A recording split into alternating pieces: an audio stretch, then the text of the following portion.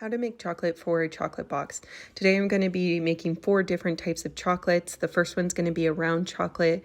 The second one will be a rectangle kind of rounded chocolate. The third one will be a square one, and then the fourth one will be an eyeball because this will be for the coffin chocolate box. I'm using a light colored brown felt and a dark colored brown felt. We're going to start with the round chocolate first. You're going to take your needle and push it through the circle. And then once you have it all the way pulled, you will hide your knot at the end of your thread, come up and over the edge, and then push your needle through the rectangle and then pull tight. Move your needle over just a little bit, push it through both pieces this time, run your needle through the hoop, and then pull tight. You will continue this blanket stitch along the whole edge of the circle, connecting the circle and rectangle together. Once you get back to your first original stitch, you will have to trim some of the felt off because you want to make sure that your edges are matching up when you go to blanket stitch. So just go ahead and cut off the extra felt, and then what you'll do is you'll continue your blanket stitch past your original stitch before going up to blanket stitch the edges together. So just continue your blanket stitch along the bottom, and then once you are past your original stitch, you will then put your needle through the chocolate, come up on the other side of the flap, and then you'll come up and over that gap or the edge, push your needle through the other side, come up between the two pieces, and then pull tight. That will be the beginning start of your blanket stitch that you will continue up along that edge. Once you get to the top, the corner top, you will want to secure all your stitches that you just did. So you'll want to run your needle through that hoop, not once, but twice, and then pull tight. Don't cut off the extra. We will need it to put the top on. So now I'm making a little design to put on the top of my chocolate. You don't have to do this. You can just move forward and put the top on if you want.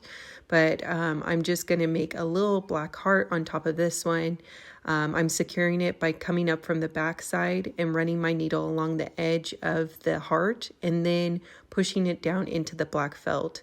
I will continue the stitch along the whole outline of the heart, and then once I'm done, I'm going to secure all my stitches by taking a little bit of felt with my needle and then pushing my needle through that hoop not once, but twice, and then cutting off the extra. I'm adding cardstock to the top of my chocolate just so that it stays nice and straight after I add the polyfil. So once you've added your cardstock, you will then connect your edges along the top, and you will just push your needle through both pieces of felt, run it through the hoop, and then pull tight. You will do the blanket stitch along the whole edge of the chocolate until you get halfway closed. Once you get to halfway closed, you will want to stop and add polyfil, and then you will, once it's nice and stuffed, you will continue your blanket stitch to close up that hole. I usually go 2 to 3 stitches past my initial stitch and then secure all my stitches by running my needle through the hoop, not once but twice, and then through the chocolate and cutting off the extra. From there, I will hot glue my chocolate into the cupcake liner and then pinch the sides to make it nice and tight around the chocolate. And then the next chocolate we're going to be doing is the rectangle kind of log looking chocolate. So what you'll want to do is you'll want to do the sides first. You're taking your needle and pushing it through the rectangle first. Hide your knot at the end of your thread. Come up and over the edge and then push it through the arched piece and come up between the two pieces. From there, you're going to pull tight, and then you're going to move your needle over just a little bit, push it through both pieces of felt this time, run your needle through the hoop, and then pull tight. You will continue this blanket stitch along the whole edge. I usually will bend or fold the rectangle as I'm going around the curve. My main goal is just making sure that those edges line up. So just bend it as much as possible and make sure the edges all line up as you're doing your blanket stitch. Once you get to the bottom corner, you're wanting to secure everything that you just did. So run it through that hoop not once but twice, and then pull tight and cut off the extra. You will do the same exact thing to the other side. Now it's time to add the bottom. So you're going to take your needle, push it through both pieces of felt, run it through a hoop, and then pull tight. Make sure that your edges line up, and then you're going to continue your blanket stitch along the whole edge. You're going to do all 3 sides and then leave a side open so you can stuff it with polyfil. Once it's nice and stuffed, you will go ahead and continue your blanket stitch to close up that hole And then of course, once you get to the edge, or not edge, to the corner, make sure that you secure all your stitches and then run your needle through your chocolate and then cut off the extra. From there, I will glue it directly into my cupcake liner again, and then pinch the side so it's nice and tight. On this one, I'm going to do a drizzle. So I'm just going to use puffy paint and drizzle a red sauce on top of it. Now we're going to start on the square chocolate. So we got to attach all these flaps together. So you're going to take your needle and push it through one end of the chocolate, hide your knot between the two pieces, come up and over the edge, push it through the top piece this time, come up between the two pieces. Then you're going to move your needle over just a little bit, push it through both pieces of felt this time, and then run your needle through that hoop and pull tight. Continue that blanket stitch along the whole edge. Every time I get to the bottom of the edge, I will always secure my stitches. So just make sure that you secure it and cut off the extra. So once you have secured all or attached all four corners, it will look something like this. And then from there, you're going to want to attach the bottom of the chocolate. So we're going to do the same exact thing. You're going to line up your edges, and then you're going to take your needle and push it through both pieces of felt.